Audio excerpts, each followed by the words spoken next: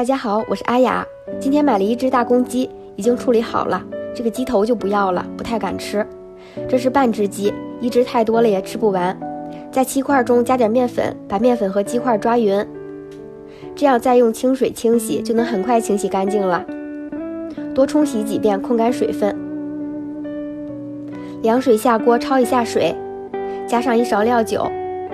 焯好水之后捞出来，洗干净表面的血沫，控干水分。锅里烧点热油，加上几块冰糖炒一下糖色，炒到微微发红就可以了。放上鸡块翻炒，炒到表面变得焦黄，加上葱姜、八角、桂皮还有香叶，再加上1大勺黄豆酱炒匀。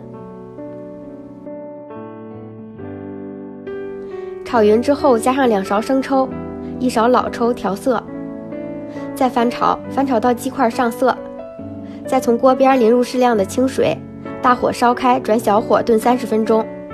这会儿我们揉一块面团，这个面团比较硬，像这样就行了。用刀把面团切成薄片，面团和得稍微硬一点才不会粘连。盘子里面抹点油，把面片摆在上面。摆好之后盖上保鲜膜，醒5分钟。鸡块炖得差不多了，真的是好香呀！现在还不能吃，我们把面片拿起来，拽着2头抻长，这样就行了。把面片摆到鸡块上面，横着摆一层，再竖着摆一层，盖上盖子，再炖8分钟。时间到了，真的是太诱人了。我们先把面片盛出来，放到菜板上切成小块，在锅里加上适量的尖椒炒匀，再把切好的面片也倒进来翻炒，这样面片就更加入味了。哇，这一锅炒鸡真的是超级好吃啊，色香味俱全。